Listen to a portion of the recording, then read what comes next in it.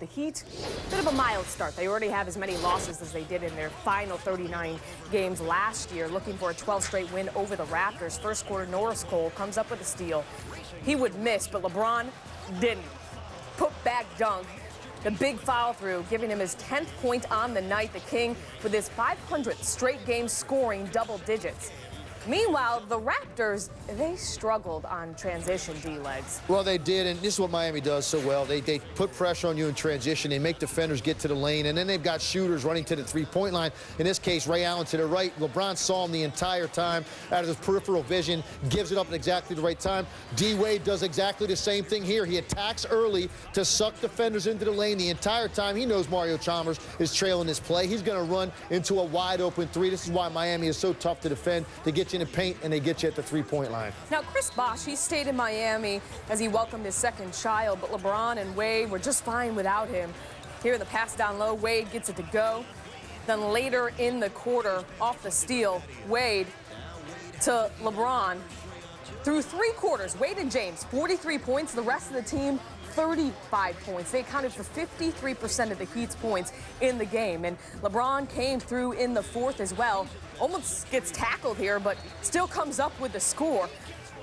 Look at this. Yeah, Valanciunas is going to have to realize you're going to have to wrap a guy like LeBron James up a little bit better than that and not allow that three-point play. So the Heat win 104-95. James had 35 points, 8 boards, 8 assists Tuesday against the Raptors, his 29th career game, reaching those marks. Among active players, no one has even half as many of those games as King James. The next closest, Kobe Bryant, who has 469 more games played than James, and he has just 12 to James's 29. So LeBron making history, recording his 500th straight game with double-digit scoring. But what stood out to you the most in this game about James? Well, I think the fact that Miami's had a couple of flat performances this year, and now you go on the road, you play a Toronto team that's improving, but still a team you're supposed to beat as a two-time defending champion.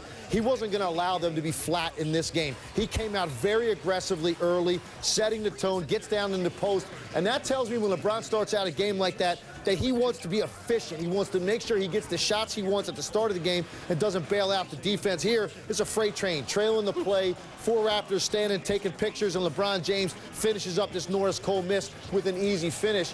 We put that graphic up a second ago, the 35, 8, and 8, do that 29 times in his career. Kobe only with 12. It just shows you the ways that LeBron James has impacted this game from the very first day he ever put on an NBA uniform. He does it all over the board. He scores, he sets people up, he rebounds his position, he defends his position. LeBron James had another one of those efforts tonight, and it really took that because Toronto is a team that's much improved, and they put up 95 points on this team, but it wasn't enough because Miami was so good offensively tonight. Well, LeBron's going to need to step up in their next game as they take on the high-scoring Clippers on Wednesday.